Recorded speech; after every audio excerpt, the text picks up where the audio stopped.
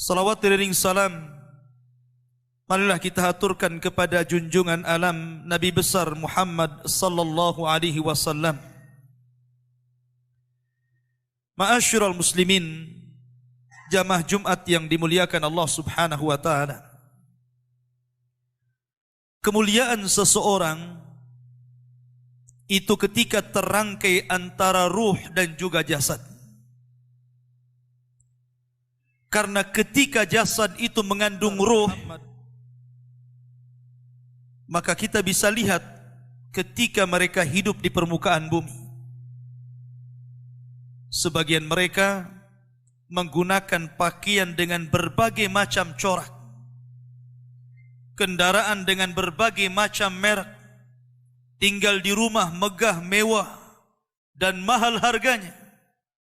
Tapi ketika ruh itu dicabut dari jasadnya, maka jasad itu akan masuk di bawah tanah dan tidak ada kemuliaan sama sekali.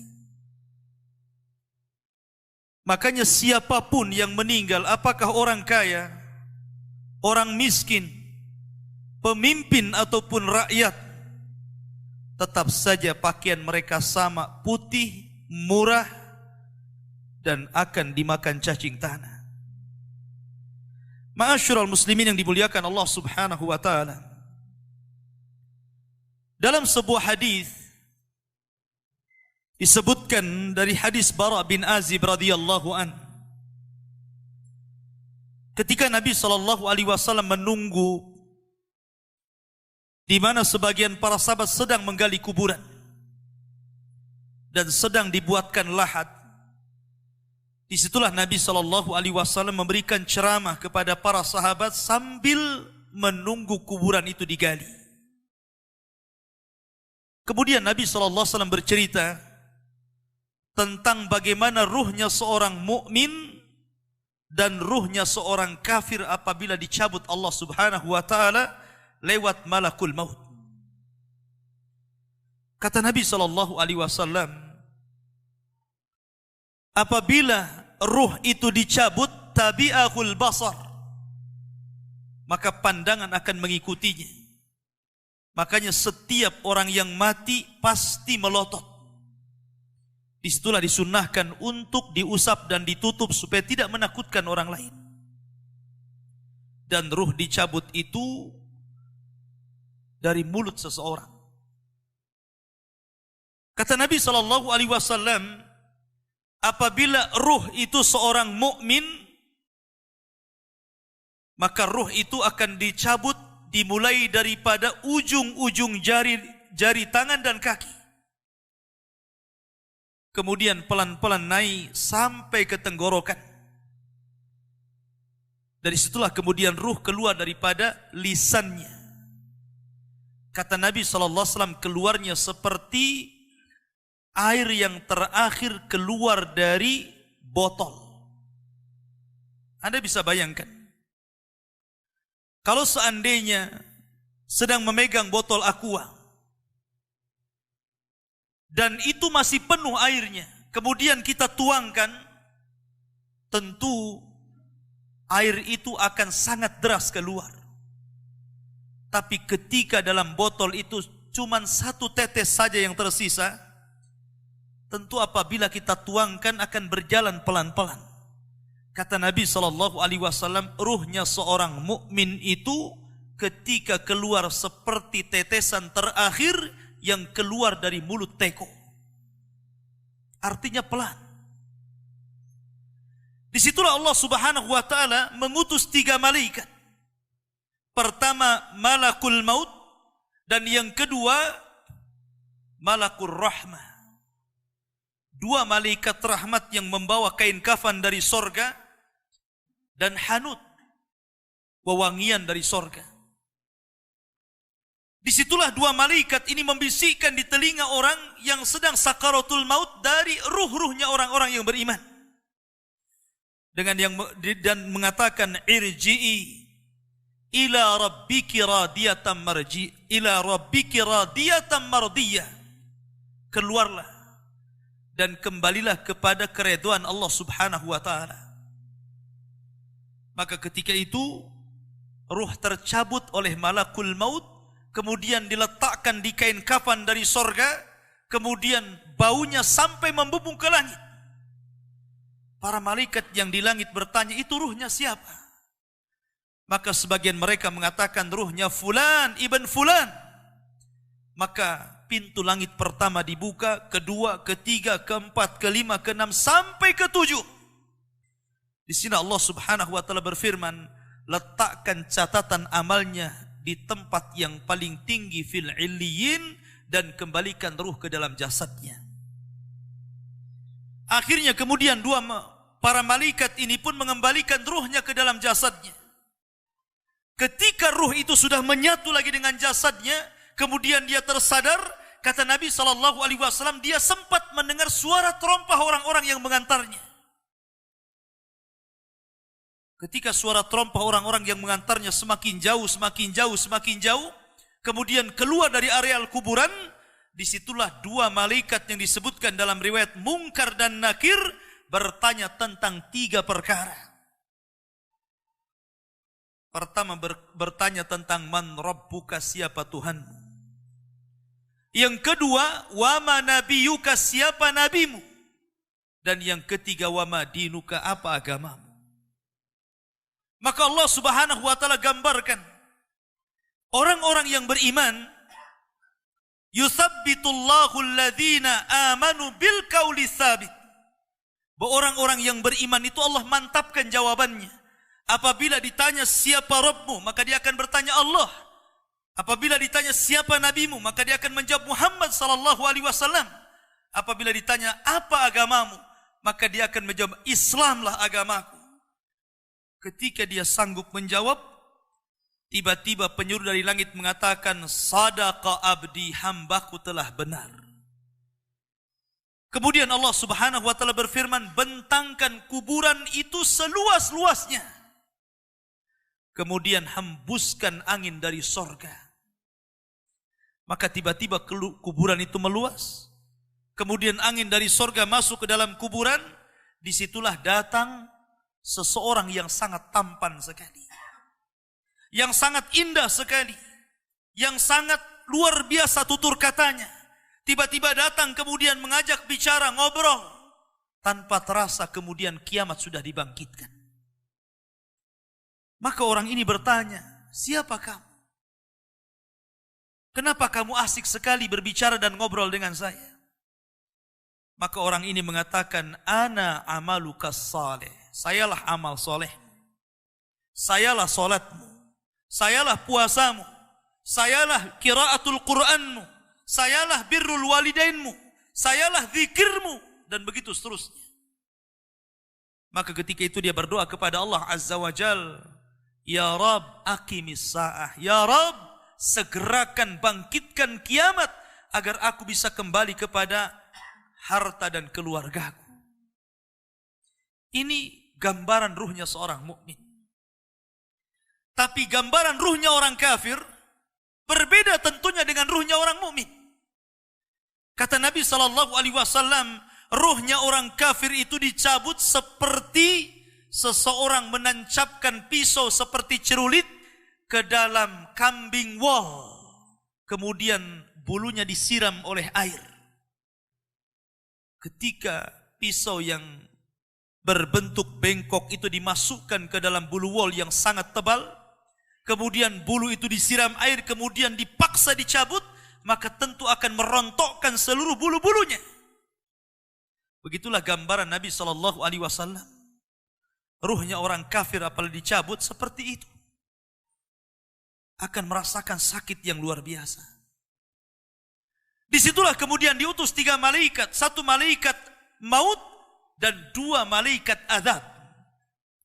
Malaikat azab ini terus membentak-bentak ruh yang akan keluar itu.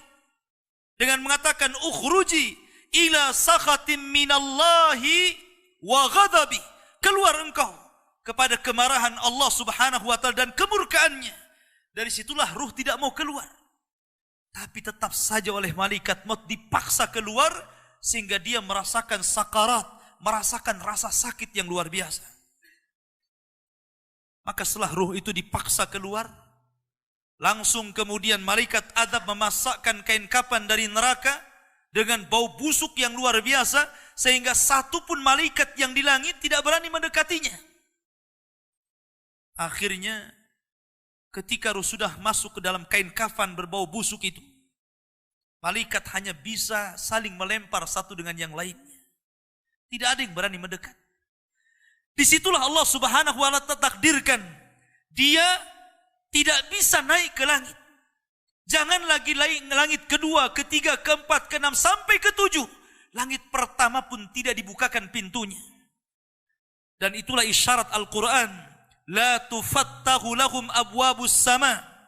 Wa la yadkhuluna al-jannah hatta yalijal jamalu fi sammil khiyat. Bahwa pintu langit tidak dibukakan kepada mereka. Kalaupun dibukakan kepada mereka, mustahil. Dan mereka tidak akan masuk ke dalam sorga sampai ada cerita unta masuk ke liang jarum, kata Allah. Lihat bagaimana tersiksanya ruhnya orang kafir ini, ruhnya orang munafik. Maka ruh itu kemudian dijatuhkan dari langit, kemudian masuk lagi ke dalam jasadnya dengan kondisi sudah patah, kesakitan, ibarat Anda jatuh dari ketinggian. Disitulah tiba-tiba ketika sadar, dua malaikat Munkar dan Nakir sudah membentaknya. Man rabbuka, siapa Rabbmu? Dia hanya mengatakan ha la adri, aqulu kama qala an-nas wa fa'altu kama fa'alan nas. Aku tidak tahu, aku tidak tahu. Aku hanya mengatakan apa yang dikatakan manusia, dan aku hanya berbuat apa yang aku lihat manusia berbuat. Hanya taklid, ikut-ikutan. Maka dia pun dipukul setiap salah menjawab dengan gada malaikat yang kalau diletakkan di gunung Uhud, hancur gunung Uhud itu, kata Nabi SAW. Kemudian ditanya tentang siapa nabinya, tidak bisa menjawab. Kemudian ditanya tentang apa agamanya, tidak bisa menjawab. Maka ketika itu datangkan laki-laki yang jelek, laki-laki yang tuli, laki-laki yang bisu, yang hanya di tangannya palu yang siap memukul-mukul dia sampai kiamat dibangkitkan. Ma'asyiral muslimin yang dimuliakan Allah Azza wa Jalla. Ketika itu ada seruan dari langit, angkadzaba abdi, hambaku telah berdusta. Sempitkan kuburannya, bukakan pintu ke arah neraka, biar hembusan-hembusan neraka masuk ke dalam kuburannya. Dari sinilah Utsman bin Affan radhiyallahu anhu, seorang khalifah, apabila diceritakan sorga dan neraka, Utsman tidak pernah menangis. Tapi kalau diceritakan tentang kuburan, Utsman itu langsung menangis. Alasannya apa? Kata Utsman bin Affan, karena kuburan itu yang menentukan kemana arah seseorang. Kuburan itulah yang menentukan kemana arah seseorang. Apakah dia masuk ke dalam ashabun nar ataukah ashabul jannah. Makanya Umar bin Abdul Aziz rahimahullahu ta'ala, ketika dia ziarah kubur di akhir hayatnya, kemudian dia menangis di kuburan dan dikatakan, wa ma yubki ya khalifah, apa yang membuat Anda menangis wahai khalifah? Kata Umar bin Abdul Aziz, fa ana la adri min ayyi fariqaini ana. Soalnya aku tidak tahu dari kelompok mana saya. Apakah saya kelompok ahlun nar ataukah ahlul jannah? Apakah saya kelompok yang akan dimasukkan ke dalam neraka ataukah saya kelompok yang akan dimasukkan ke dalam sorga? Aku tidak tahu. Dari situlah dia menangis dan menangis orang-orang di sekitarnya. Ma'asyiral muslimin yang dimuliakan Allah Subhanahu wa ta'ala. Oleh karena itulah ada satu tugas untuk mengingatkan kita kepada fitnah kubur yang berujung kepada azab kubur ataupun nikmat kubur.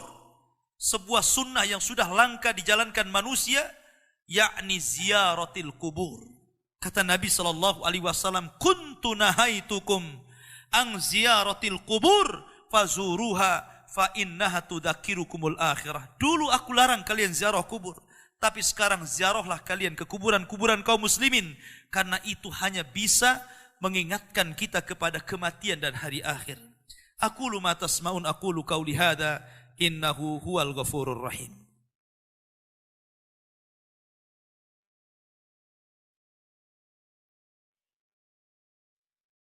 Bihamdillahi wassalatu wassalamu ala rasulillah wa ala alihi wa sahbihi wa mawalah wa la hawla wa la quwata illa billahi wa ba'du. kehidupan dalam kuburan jauh lebih panjang dibandingkan kehidupan di dunia. Nabi SAW bersabda, "A'maru ummati baina sittina wa sab'in." Bahwa usia umatku itu hanya berkisar 60 sampai 70 tahun saja. Sedikit yang lewat 70 tahun. Kalaupun ada usia yang sampai 100 tahun itu sedikit sekali. Tapi kebanyakan di bawah 70 tahun, umumnya umat Rasul itu sudah meninggal dunia. Tetapi ketika orang masuk ke dalam kuburan, usia dia di kuburan sampai kiamat ditegakkan itu panjang sekali. Anda bisa bayangkan, orang yang meninggal sejak zaman Nabi Adam, sampai hari ini kiamat tidak dibangkit-bangkitkan. Orang yang meninggal di zaman Rasul, sudah 1440 Hijriah, itu dari hitungan hijrah Nabi SAW. Sampai hari ini pun belum dikiamat-kiamatkan. Menunjukkan bahwa kehidupan kuburan jauh lebih panjang dibandingkan kehidupan dunia. Dari sinilah maka wajar seorang mukmin harus takut. Takut dengan kehidupan kuburan. Ma'asyiral muslimin yang dimuliakan Allah Azza wa Jalla. Tetapi para ulama mengatakan, apakah orang yang mendapatkan azab kubur itu munqati atau mustamir? Terus menerus ataukah terputus? Kata para ulama, azab kubur itu hanya terputus dengan tiupan sangkakala Israfil. Maka ketika alamat-alamat kiamat besar, munculnya Dajjal. Kemudian Dajjal dibunuh oleh Isa bin Maryam. Kemudian setelah itu muncul Ya'juj dan Ma'juj. Ya'juj dan Ma'juj tidak bisa diperangi dan dibunuh, kecuali diadab oleh Allah Subhanahu wa ta'ala dengan dikirimkan ulat-ulat, itulah yang membunuh mereka. Kemudian Nabi Isa berdoa kepada Allah agar bumi dibersihkan dari mereka. Karena jumlah mereka banyak, 1:990 dari mereka dan 1 dari kita. Sehingga setiap dijengkal bangkai mereka, ada bangkai di sampingnya dan begitu seterusnya. Seolah-olah bumi itu hanya penuh dengan bangkai Ya'juj dan Ma'juj. Sehingga Allah kirim burung-burung sebesar unta, kemudian dilempar entah kemana. Baru setelah itu Isa hidup beberapa tahun, disitulah kehidupan yang paling indah. Karena bumi dimunculkan barokahnya. Sampai-sampai orang yang menanam sesuatu di tanah kering pun tumbuh dan subur. Baru setelah Isa bin Maryam meninggal dunia, kemudian manusia mulai menjauh dari agamanya. Setelah mereka jauh dari agamanya, diangkatlah Al-Quran. Sehingga tidak ada satupun tulisan di dunia, sehingga orang yang hendak membacanya kosong Al-Qurannya. Orang hendak mengeluarkan dari hafalannya, lupa hafalannya.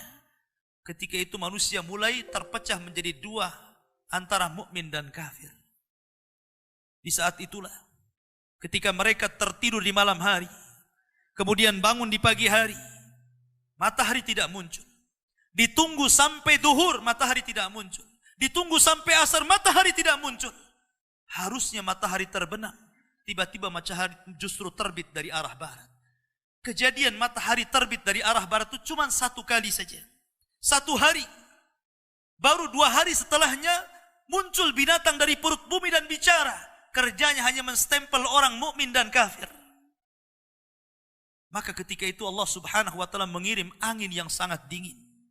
Membunuh orang-orang yang beriman dan membiarkan orang-orang fasik dan munafik. Membiarkan orang-orang munafik dan orang-orang kafir. Sehingga orang tidak malu maksiat di tengah jalan. Disitulah Allah Subhanahu wa ta'ala kirimkan api berasal dari Aden Yaman. Api ini tidak membakar manusia, tetapi menggiring sampai ke negeri Syam. Disinilah Nabi SAW bersabda, La taqumus sa'ah illa ala syiraril khalqi. Tidak mungkin tegak hari kiamat kecuali tegak di atas manusia yang paling buruk. Ketika itulah Nabi SAW menceritakan bahwa Allah Subhanahu wa ta'ala memerintahkan kepada Israfil untuk